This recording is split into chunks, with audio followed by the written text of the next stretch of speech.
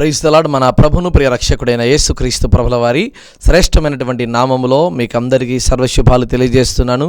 దేవుడు ఈ TV programme ద్వారా మిమ్మను, మీ కుటుంబాన్ని, మీ పిల్లలను దేవుడు దీవించునుగాక, ఆశీర్వాదం దయచేయునుగాక. ప్రియమైన బిడ్డలారా, చాలామంది ఫోన్ ద్వారా మాకు తెలియజేస్తున్నారు. వారి సమస్యలు, వారి యొక్క ఇబ్బందులు మాకు తెలియజేస్తున్నారు. తప్పకుండా మేము వారందరి కొరకు ప్రార్థన చేస్తున్నాం. ఎంతోమంది సమస్యల నుంచి విడిపించబడుతున్నారు. వారి సాక్ష్యం కూడా మాకు తెలియజేస్తున్నారు. చాలా సంతోషపడుతున్నాను. దేవుడు మీ కొరకు మమ్మును ప్రార్థన చేయడానికి, మీ కొరకు మేము విజ్ఞాపన చేయడానికి మమ్మును కూడా ఈ పరిచయం ద్వారా వాడుకున్నందుకు ఎంతో సంతోషపడుతున్నాం. మీదిగో చూడండి, గమనించండి. మరి బాపట్ల నుంచి ఫోన్ చేశారు, అమలాపురం నుంచి ఫోన్ చేశారు, చిత్తూరు నుంచి ఫోన్ చేస్తున్నారు, హైదరాబాద్ నుంచి ఫోన్ చేశారు. చాలా సంతోషపడుతున్నాం. వారిని బట్టి వారి కుటుంబంలో దేవుడు గొప్ప మేలులు చేయనుగాక. మీ సమస్య కూడా ఏదైనా ఉంటే ఇక ఆలస్యం చేయి, మాకు ప్రార్థన నాకు చేయి, తప్పకుండా దేవుడు కార్యం చేస్తాం. మీరు ఇంకా ఆలోచించాల్సిన అవసరం లేదు. ఇప్పుడే మీ సమస్య ఏదైనా ఉంటే మాకు తెలియజేయండి, మేము తప్పకుండా ప్రార్థన చేస్తాం. ఈరోజు దేవుని వాక్య అంశం ఏమిటంటే, కలలో సహాయం చేసే దేవుడు. కలలో సహాయం చేసే దేవుడు. ప్రియమైన బిడ్డలారా, ఈరోజు దేవుడు చెప్పే చాలా విచిత్రమైనటువంటి మాట ఏంటంటే, కళలో కూడా దేవుడు ఎలా సహాయం చేస్తాడు పాస్టర్ గారు అంటే, దేవుడు కళ ద్వారా కూడా మనకు సహాయం చేసేవాడిగా ఉన్నాడు.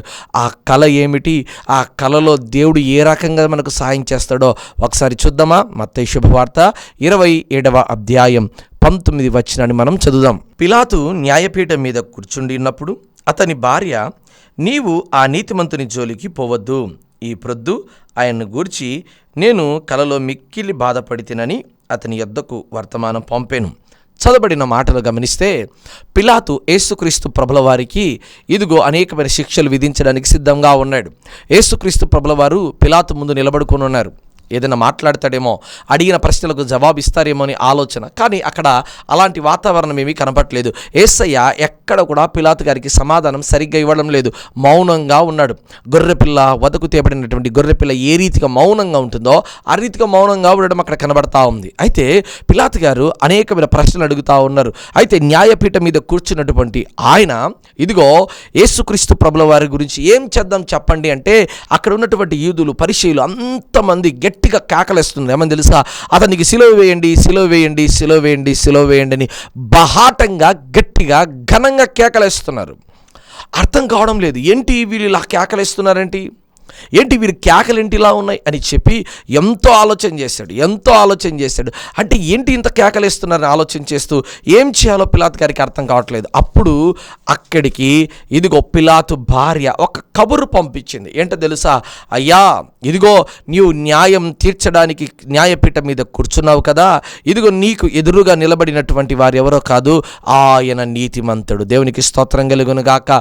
శత్రువు కూడా యేసయ్యను గురించి ఏమని చెప్తుందంటే, నీతిమంతుడు.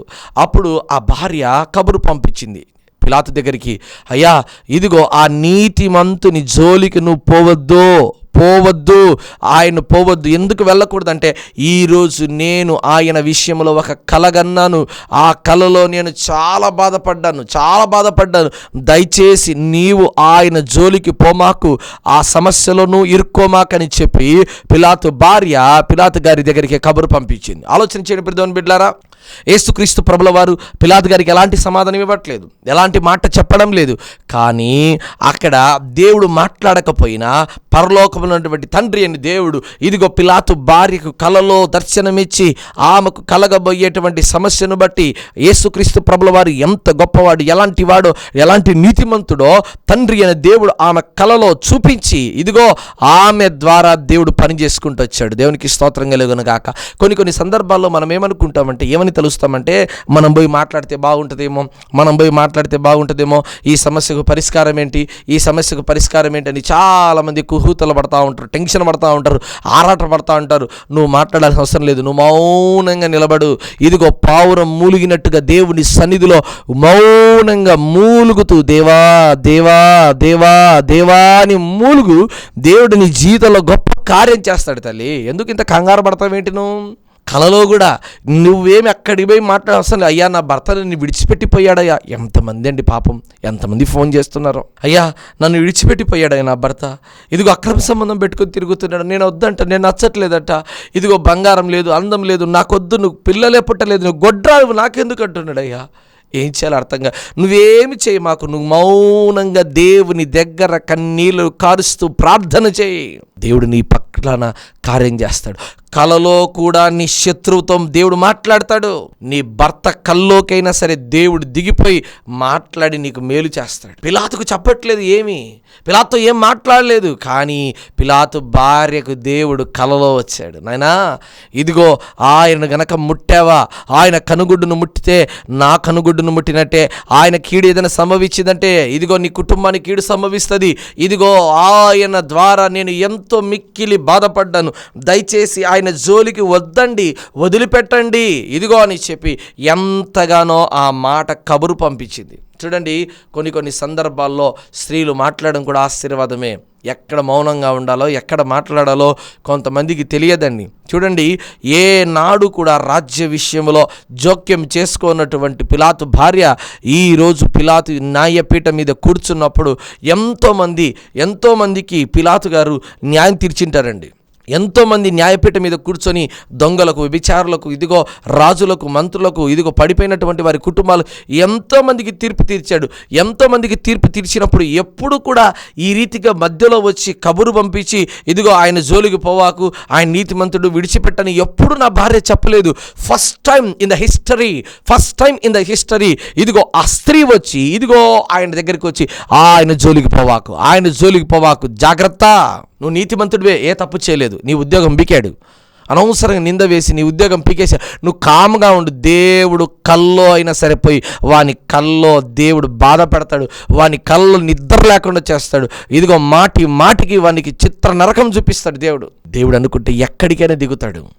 దేవుడు దిగి రావాలనుకుంటే ఇదిగో ఏ దాని ద్వారా అయినా సరే దేవుడు ఆయనకి బుద్ధి తెప్పిస్తాడు. నువ్వెందుకు కంగారు పడతావు? నువ్వు మౌనంగా ప్రార్థన చేయి. నీ పని ప్రార్థన చేయడమే. నువ్వు ఈ పని ఏంటంటే దేవుని దగ్గర మొరపెట్టుకోవడమే. ఈ పని చేయి, చాలంతే. ఈ పని చేయి. ఎప్పుడైతే పిలాతు భార్య కబురు పంపించిందో ఆ మాటలు విన్నాడు. ఏంటి, ఏ రోజు కూడా నా భార్య ఇలా మాట్లాడలేంది, ఫస్ట్ టైం ఈరోజు నాకెందుకు కబురు పంపించిందని ఆలోచన చేసి ఆయన అన్నాడు, ఇదిగో ఈయన యందు నాకు ఏ దోషము కనపరావడం లేదు, ఇతన్ని విడిచిపెట్టాలంటే లేదు, మాకు ఆయన సిలువ వేయాలని వారి కేకలే గెలిచాయి. అవునండి, లోకంలో ఉన్న కేకలు చాలా గెలిచేటుండేనండి. లోకంలో చాలామంది కేకలు ఉన్నాయి. ఆ కేకలు వేసే వాళ్ళు ఉన్నారు. లోక సంబంధమైన కేకలు, లోక సంబంధమైనటువంటి ఆలోచన, లోక సంబంధమైన తలంపులు ఈరోజు చాలామంది జీవితంలో కనబడతా ఉన్నాయి. ప్రియదేవుని బిడ్డలారా, అలాంటి కేకలు వినబడతా ఉన్నాయి. అందును బట్టి పిలాతు అర్థమైపోయింది, నా భార్య నాకు కబురు పంపించింది కాబట్టి ఈయన విషయంలో నేను జోక్యం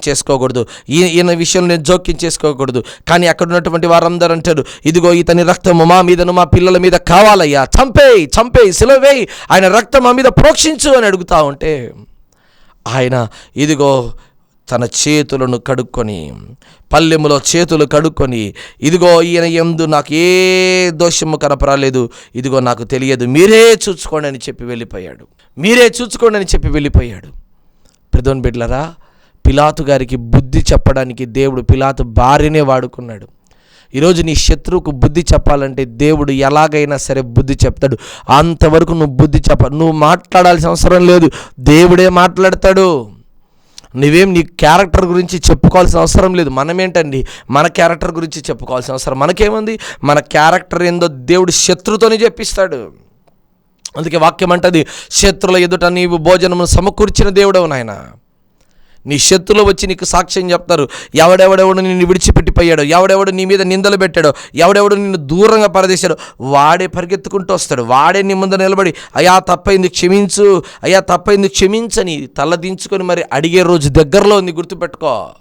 దేవుడు అనుకుంటే కలలో అయినా మాట్లాడతాడు, అక్కడికి వెళ్ళి దర్శనంలో అయినా మాట్లాడతాడు. ప్రియదేవుని బిడ్డలారా, ఇక్కడ పిలాతు గారి భార్య వెళ్ళి మాట్లాడినప్పుడు పిలాతు గారికి అర్థమైపోయింది, ఆయన నీతిమంతుడు. ఏ రోజు నా భార్య చెప్పలేదు, ఫస్ట్ టైం చెప్తా ఉంది కనుక ఆయన నీతిమంతుడు, ఆయన వాటిలో నేను జోక్యం చేసుకోకూడదని చెప్పి దూరంగా పక్కకు వచ్చేసి అయ్యా దేవుని కొరకు బ్రతికి ఇదిగో నాయన వద్దు నాయన, ఆయన విషయంలో నీతిమంతుడే, అందుకే ఆ నీతిమంతుడు అప్పుడే చనిపోయినా అనే మాట ఆయన నోట మనం వింటున్నాం. ఆయన చేతులు కడుక్కొని ఇదిగో మీరే చూసుకోపోండి అంటున్నాడు. అక్కడ ఉన్నటువంటి వారు అంటారు, ఇదిగో ఆయన రక్తం మా మీదను మా పిల్లల మా కుటుంబాల మీద కావాలయ్యా, చంపేయి అంటున్నారు. ఆలోచన చేయండి. చెడ్డ సమాజం, ఓర్చుకోలేని సమాజం, శత్రువులు పెరిగిపోయిన సమాజం, నిందలు వేసే సమాజం, అవమానపరిచే సమాజం, తోసివేసే సమాజం, అలాంటి సమాజంలో ఈరోజు నువ్వు బ్రతుకుతున్నావు. అందుకని నువ్వు చచ్చిపోవాలనుకుంటావా? చావేనా దీనికి పరిష్కారం? ఉరి వేసుకొని చనిపోవడమేనా పరిష్కారం? లేదు, నేను దూరంగా వెళ్ళిపోతాను, ఎవరు నాకొద్దు, నేను నా మొహం ఎవరికి చూపానని దేశంగాని దేశం విడిచిపెట్టి పోవాలనుకుంటే ఇదేనా నీ జీవితం? అది కాదు నాన్న నీ జీవితం. ఎవడెవడు నీ మీద నిందలు వేశాడో వారి శత్రువుల ముందర దేవుడు నిన్ను నిలబెడతాడు. నీ తల పైకి ఎత్తుతాడు. అట్లనే నీ తలను పైకి ఎత్తుతాడు. మొదటిగా పిలాతు భార్య ద్వారా దేవుడు ఇక్కడ కార్యం జరిగిస్తూ వచ్చాడు. అదే మత్తయి శుభవార్త 1వ అధ్యాయం 19 గల మాటను మనం చదువుదాం. ఆమె భర్త అయిన యోసేపు నీతిమంతుడై యుండి ఆమెను అవమానపరచనొల్లక రహస్యముగా ఆమెను విడనాడ ఉద్దేశించెను. చదవబడినటువంటి మాట మనం ప్రతి క్రిస్మస్లో ఈ విషయాన్ని బహుగా ధ్యానం చేసేవారిగా ఉన్నాం. ఏమిటి అంటే, యోసేపుకు తెలిసిపోయింది తనకు ప్రదానము చేయబడినటువంటి మరియమ్మ తల్లి గర్భవతి అని. ఎప్పుడైతే గర్భవతిని తెలిసిందో, ఇదిగో ఆయనకు ఏమి ఇచ్చారో అర్థం కావట్లేదు. ఎంతగానో మరియమ్మ తల్లిని ప్రేమించాడండి యోసేపు గారు, ఎంతగానో ప్రేమించారు. ఇదిగో రాబోయే రోజులలో చక్కటి వివాహం, దాంపత్య జీవితం హ్యాపీగా ఉంటుందనే సందర్భంలో ఎన్నో ఆలోచనలు, ఎన్నో తలంపులలో ఉన్నటువంటి యోసేపు గారి జీవితంలో ఒక్కసారిగా తెలిసినటువంటి విషయం ఏంటో తెలుసా? ఇదిగో కన్యకైనటువంటి మరియమ్మ తల్లి గర్భవతి. గాబ్రియేలు దూత మరియమ్మ తల్లి దగ్గరికి వచ్చి, దయాప్రాప్తురాలా నీకు శుభం, ప్రభు నీకు తోడైండునుగాక అని చెప్పగానే ఆ శుభవచనం ఏంటో వినాలని ఆమె ఆతృతపడి దగ్గరికి అడిగితే, ఇదిగో నీవు గర్భఫలమును పొందుకుంటున్నావు, ఇదిగో కన్యక గర్భవతి కుమారునికి అతనికి ఇమ్మానుయేలుని పేరు పెడతావు, ఓ మరియమ్మ అని చెప్పగానే ఆమె అన్నది, ఇదిగో ప్రభు దాసురాల్ని, ఆయన చిత్తమే జరుగునుగాక, ఆయన చిత్తమే నెరవేర్చబడునుగాక అని చెప్పింది. ప్రియమైన బిడ్డలారా, ఎందుకు ఈ మాట చెప్తున్నానంటే, మరియమ్మ తల్లి దేవుని దగ్గర తల వంచుకొని సరే అని చెప్పింది. కానీ యోసేపు గారు ఆమెను ఎంత తప్పుడు ఉద్దేశంతో ఆలోచన చేసి ఉండాలండి. ఎందుకంటే కన్యక వివాహము కన్నటువంటి ఆ తల్లి గర్భం ధరించితే ఈ లోకం ఏమంటది, ఈ సమాజం ఏమంటది? రాళ్లతో కొట్టి చంపుతుంది, అవమానపరచనొల్లక ఇదిగో సభ్య సమాజంలో నడిమజారులో నిలబెట్టుకొని రాళ్లతో కొట్టి చంపవచ్చు. అలాంటి ఆలోచన, అలాంటి తలంపులో గనక యోసేపులో లేవు. ఎందుకంటే ఆమెను మిక్కిలిగా ప్రేమించాడు. ప్రభా, ఏం చేయాలో నాకు అర్థం కావట్లేదు నాయన, ఏం చేయాలో నాకు అర్థం కావట్లేదయ్యా, మరియమ్మను తల్లి నేనైతే విడిచిపెడుతున్నాను ప్రభు అని చెప్పి రహస్యంగా విడిచిపెట్టడానికి ఆయన సంసిద్ధపడి ప్రార్థన చేసుకుంటుంటే, ఆయన ఇంట్లో నిద్రపోతుంటే, చదువుదాం 20వ మాట. అతడు ఈ సంగతుల గురించి ఆలోచించుకొనుచుండగా, ఇదిగో ప్రభుదూత స్వప్నమందు అతనికి ప్రత్యక్షమై, దావీదు కుమారుడైన యోసేపు, నీ భార్య మరియను చేర్చుకోవడకు నువ్వు భయపడకు, ఆమె గర్భం ధరించినది పరిశుద్ధాత్మ వలన కలిగినది. ఎప్పుడైతే ఆయన కలలో మేలుకుంటాడు, 21వ మాట చూస్తే, ఆమె కుమారుని కనును తన ప్రజలను వారి పాప నుండి ఆయనే రక్షించును గనక ఆయనకు యేసు అని పేరు పెట్టదు. ఈ మాటలన్నీ విన్న తర్వాత యోసేపు గారు కలలో నుండి మేలుకుంటాడు. ఇదిగో మరి మరియమ్మ తల్లికి ఎదురుగా దర్శనం ఇచ్చాడు, యోసేపుకు కలలో మాట్లాడాడు. కొన్ని సందర్భాల్లో దేవుడు నేరుగా ముఖాముఖిగా మాట్లాడాల్సిన సందర్భాల్లో ముఖాముఖిగా మాట్లాడతాడు, లేదా దేవుడు కలలో అయినా మాట్లాడతాడు. ఒకసారి నువ్వు కూడా ప్రార్థన చేయి, ప్రభువా ఇదిగో తన్ని వీరి పరిచర్య విషయంలో నేను సహకరించాలి లేదా నాయన, అయ్యా నా సమస్యను వీరికి తెలియజేసుకోవాలి లేదా ప్రభు అని చెప్పి ఒకసారి మొక్కాలొంగి ప్రార్థన చేయి. దేవుడు నీకు ఏం ప్రేరేపిస్తే అది చేద్దాం, దేవుడు నీకు ఏది ప్రేరేపిస్తే అది చేద్దాం. ఎప్పుడైతే ఆయన ఆ రీతిగా నిద్రపోతా ఉన్నాడో, కలలో దర్శనమిస్తున్నాడో, అప్పుడు కలలోని మేలుకొని చూడగానే వెంటనే మరియమ్మ తల్లి దగ్గరికి వెళ్ళి, అయ్యో నీవు చెప్పిన మాట నిజమే, నేనే చాలా తప్పుగా అనుకున్నాను, దయచేసి నన్ను క్షమించవని చెప్పి ఆ రోజు నుంచి ఆ దినము నుంచి యోసేపు మరియమ్మను చేర్చుకున్నాడు. ఆమెను ముట్టలేదు, ఆమెను కూడలేదు. ఆమె బిడ్డను కనేంత వరకు యోసేపు మరియమ్మ విషయంలో బహు జాగ్రత్త కలిగి ఉన్నాడు. హల్లెలూయా, దేవునికి స్తోత్రం కలుగును గాక. ఈరోజు ఎంతమంది బిడ్డలు ఇలా ఉన్నారు తెలుసండి. నాకు వాస్తవానికి ఎక్కడైనా మరి ఎంగేజ్మెంట్ జరుగుతూ ఉంటే మరి రిబ్కమ్మ గురించి, ఇస్సాకు గురించి చెప్తా ఉంటారు, కానీ యోసేపు గురించి, మరియమ్మ తల్లి గురించి చెప్పాలి. ఎందుకు తెలుసా? ఒకరిని ఒకరు నమ్మారు, ఒకరికొకరు దేవుని కొరకు బ్రతికారు. ఎప్పుడైతే వారు దేవుని కొరకు బ్రతికారో దేవుడు వారిని అత్యధికముగా ఆశీర్వదించాడు, అత్యధికముగా దీవించాడు, వారి కుటుంబంలో గొప్ప మేలులు చేశాడండి. హల్లెలూయా, దేవునికి స్తోత్రం కలుగును గాక. ఈరోజు నీ జీవితంలో శత్రువులు పెరిగిపోయారా?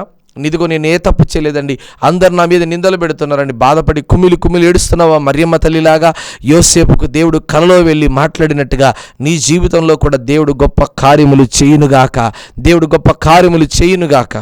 ఈరోజు అనేక మంది కుటుంబాలలో నాశనం కొని తెచ్చుకుంటున్నారు. కారణం ఏంటి తెలుసా? ఇదిగో ఒకరినొకరు ప్రేమించలేనటువంటి తనం, ఒకరినొకరు గౌరవించుకునే తనం. కలలో కూడా దేవుడు మాట్లాడతాడు. ఎవడెవడైతే నీకు వ్యతిరేకంగా లేస్తున్నాడో దేవుడు అక్కడికి వెళ్ళి ఆ స్థలంలో వెళ్ళి ఆ శత్రువుతో కూడా దేవుడు మాట్లాడతాడు. నాన్న, ఆ శత్రువుతో కూడా మాట్లాడతాడు. చూడండి, ఇద్దరు భార్యాభర్తలు ఉన్నారు. ఒకరేమో విశ్వాసములకు తండ్రి, మరొక తల్లి వేవేల బిడ్డలకు తల్లిగా అవుతున్నటువంటి ఆ తల్లి ఇదిగో అబ్రహాము గారు, శారమ్మ తల్లి. వారిద్దరి విషయంలో కూడా ఒక సమస్య వచ్చింది. ఒక రాజు దగ్గర వారిద్దరు ఇరుక్కున్నారు. అప్పుడు దేవుడు ఆమెను కాపాడడానికి అబీమెలెకు అనేటువంటి ఆ రాజు కలలో మాట్లాడుతున్నాడు. చూద్దాం ఆ మాటను. ఆదికాండం 20వ అధ్యాయం 3 వచనాన్ని చదువుతున్నాం. అయినను రాత్రి వేళ దేవుడు స్వప్నమందు అబీమెలెకునొద్దకు వచ్చి, నీవు నీ ఇంట చేర్చుకున్న స్త్రీ ఒక పురుషుని భార్య గనుక ఆమె నిమిత్తం నీవు చచ్చినవాడు సుమా అని చెప్పాను. అయితే అబీమెలెకు ఆమెతో పోలేదు గనుక అతడు ప్రభువును బట్టి నీతిగల జనమును హతము చేదువా, ఈమె నా చెల్లెలని అతడు నాతో చెప్పలేదా? మరియు ఈమె కూడా అతడు నా అన్న అని చెప్పలేదా అనే మాట కనబడతా ఉంది. చూడండి, చదవబడినటువంటి మాటలు గమనిస్తే ఇదిగో అబ్రహాము గారి, శారమ్మ తల్లి ఇద్దరు కూడా గెరారుకు వెళ్ళడం, గెరారులో అబ్రహాము గారు దక్షిణం వైపు అక్కడికి వెళ్ళడము. అక్కడ అబీమెలెకు అనేటువంటి రాజు ఉన్నాడు. ఇదిగో అబ్రహాము గారు శారమ్మ తల్లి చెప్తున్నాడు, అమ్మా నువ్వు చాలా చక్కగా అందంగా ఉన్నావు, నీకు నాకు సంతానం లేదు, ఒకవేళ ఎవరైనా నిన్ను పాడు చేస్తారేమో, ఏదైనా చేస్తారేమో, ఇదిగో నీవు నన్ను అన్నా అని చెప్పు, నేను నిన్ను చెల్లెలని చెప్తాను. ఒకవేళ మన ఇద్దరం భార్యాభర్తని చెబితే నన్ను చంపి కావాలంటే నిన్ను తీసుకెళ్ళిపోతాను, ఈ చిన్న అబద్ధం చెప్తావా, నా కోసం దయచేసి అని చెప్పినప్పుడు ఇద్దరు కూడా ఒడంబడిక చేసుకొని మాట్లాడుకొని ఆ రాజ్యంలోకి అడుగు పెడతారు. అడుగు పెట్టినప్పుడు అబీమెలెకు ఆమెను చూచినప్పుడు ఆమెను తీసుకెళ్లి తన రాజ్యంలో పెట్టుకుంటాడు. ఎప్పుడైతే ఆమెను పెట్టుకుంటాడు, ఎందుకు పెట్టుకుంటాడంటే శారమ్మ అంటది అబ్రహాము నా అన్న అని, అబ్రహాము గారు అంటారు ఆమె నా చెల్లెలని. ఎలాగైనా సరే అబీమెలెకు ఆమెను వివాహం చేసుకుంటే సరిపోతుంది అని ఒక మంచి ఆలోచనతోనే ఉన్నాడు. అయితే ఆ రోజు ఎప్పుడైతే ఆ శారమ్మ తల్లిని తీర్చుకొని అక్కడ పెట్టుకున్నాడో అప్పుడు అబీమెలెకుకు రాత్రి కలలో స్వప్నములో దేవుడు మాట్లాడుతున్నాడు. ఓ అబీమెలెకు, ఓ అబీమెలెకు, నీవు చేర్చుకొని నీ ఇంట చేర్చుకున్నటువంటి ఈ శారమ్మ ఎవరో కాదు, ఒకరి భార్య. అతనెవరో కాదు, అబ్రహాం, నేను పేరు పెట్టి పిలుచుకున్నటువంటి జనాంగము, వేవేల బిడ్డలకు తండ్రి ఆయన అయిపోతున్నాడు. అలాంటి భార్యను నువ్వు చేర్చుకున్నావంటే అప్పుడు ఆ కలలో అబీమెలెకు మాట్లాడుతున్నాడు, అయ్యా ఆమె ఆయన నా అన్న అని చెప్పింది, అతను కూడా ఆమె నా చెల్లెలని చెప్పారు. అలా చెప్పారు తప్ప నేనైతే ఎక్కడ పాపం చేయలేదు, ఎక్కడ కూడా చెడ్డతరులో ఆలోచన చేయలేదు, ఏ మాత్రం దుష్కార్యము చేయలేదు నాయన అంటే, అవును నీవు ఆమె పట్ల నీతిమంతుడుగా ఉన్నావనే సంగతి నాకు తెలుసు, ఇదిగో నేను ఏం చేశానంటే అడ్డుపడుతున్నాను అంటున్నాడు. ఆ మాటను చదువుదాం ఒకసారి. ఆదికాండం 20వ అధ్యాయం 6 మాట. అందుకు దేవుడు, అవును యథార్థ హృదయముతో దీన్ని చేసివన్నీ నెరుగుదును, మరియు నీవు నాకు విరోధముగా పాపము చెయ్యకుండా నేను నిన్ను అడ్డగించి తిని, అందుకే నేను నిన్ను ఆమెను ముట్టనీయలేదు. చూడండి, దేవుడు అనుకుంటే ఎవరికైనా సాయం చేస్తాడు, ఎలాగైనా సాయం చేస్తాడు, కలలో అయినా మాట్లాడతాడు, నేరుగా అయినా సాయం చేస్తాడు.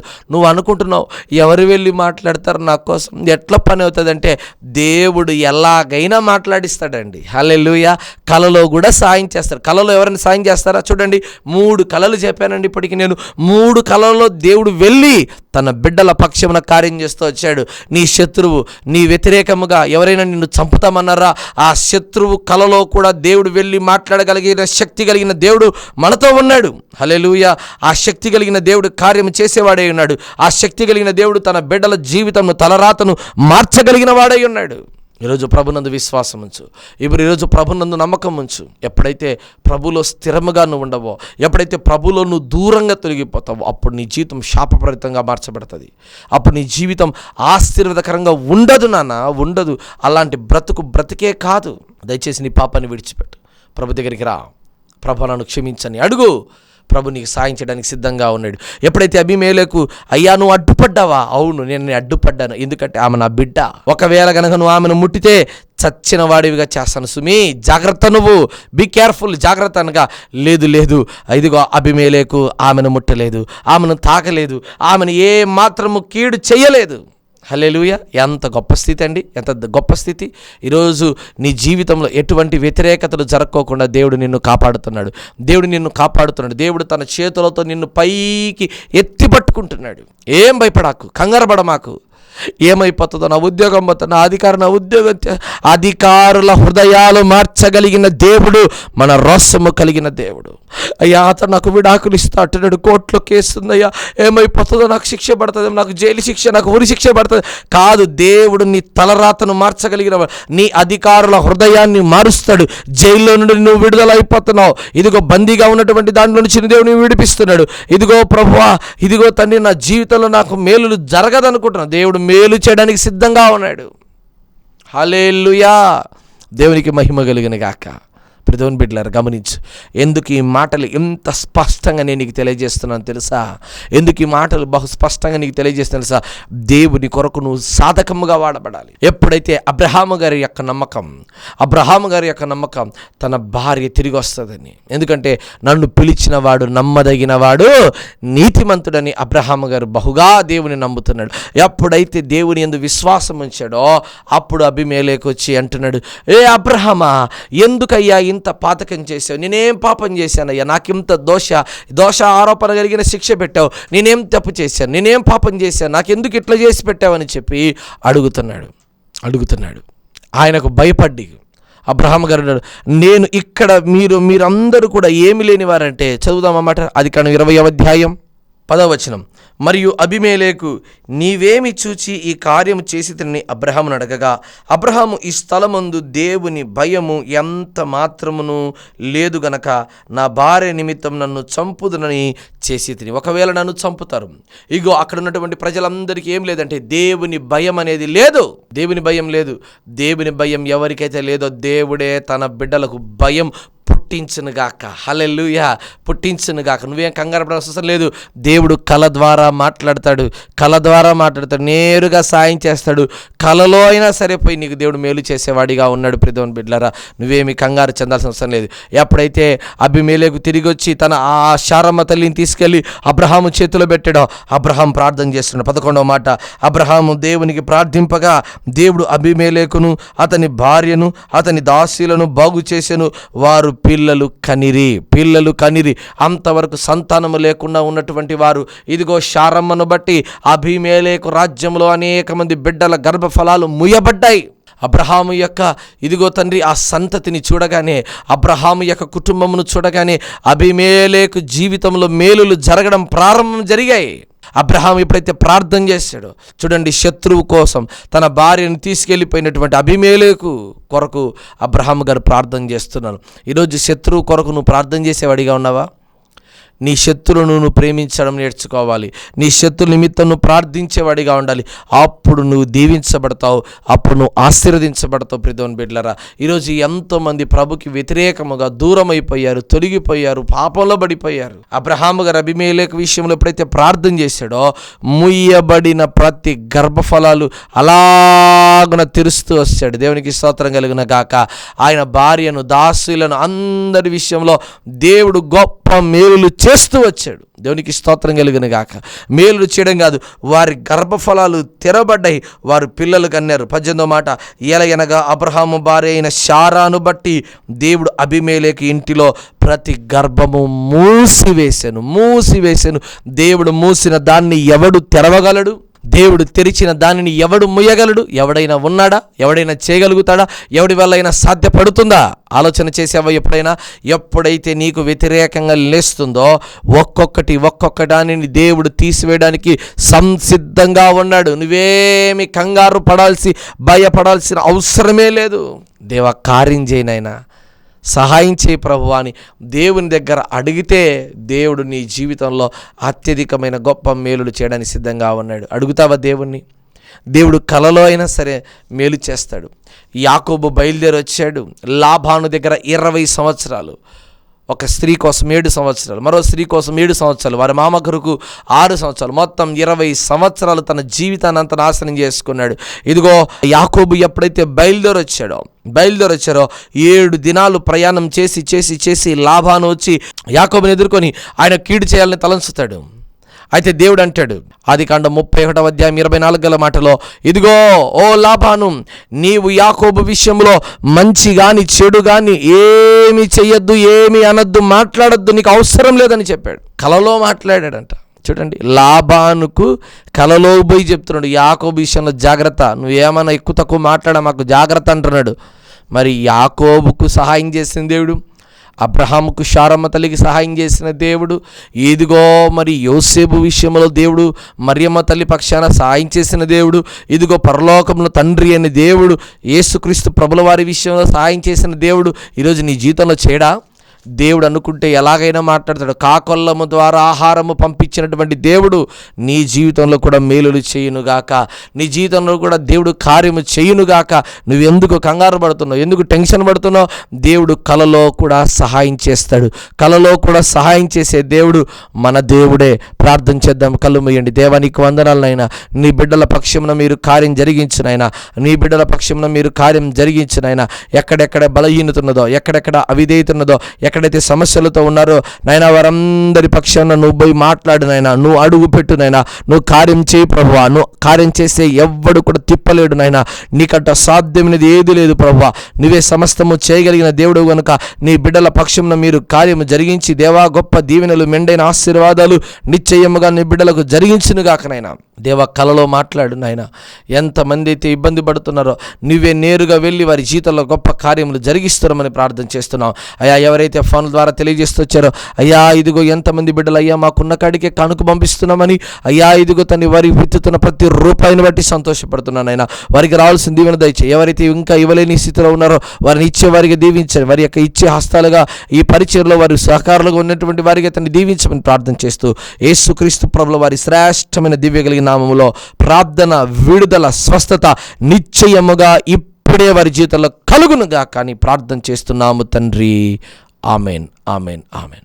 Praise the lord. దేవుడు మిమ్మల్ని దీవించును గాక. ఆమెన్. హల్లెలూయా. దైవజనుల ప్రసంగములు మీకు ఆశీర్వాదకరంగా ఉంటే మరిన్ని ఆధ్యాత్మికమైన ప్రసంగముల నిమిత్తం మన యూట్యూబ్ ఛానల్లో Jesus Christ story ministers official అని టైప్ చేసి ఛానల్ని సబ్స్క్రైబ్ చేయండి. మీ ప్రార్థన అవసరం నిమిత్తం మాకు ఫోన్ ద్వారా తెలుపగలరు. మా ఫోన్ నెంబర్ 8688991210. ఈ పరిచర్యకు నూతన మందిర నిర్మాణము కొరకు మీ అమూల్యమైన కానుకలు పంపించాలి అంటే మా ఫోన్పే నెంబర్ 8688991210 లేదా మా అకౌంట్ వివరములు 8547210000037873. IFC code DBSS0IN0547. దేవుడు మిమ్మును మీ కుటుంబమును దీవించునుగాక. ఆమేన్.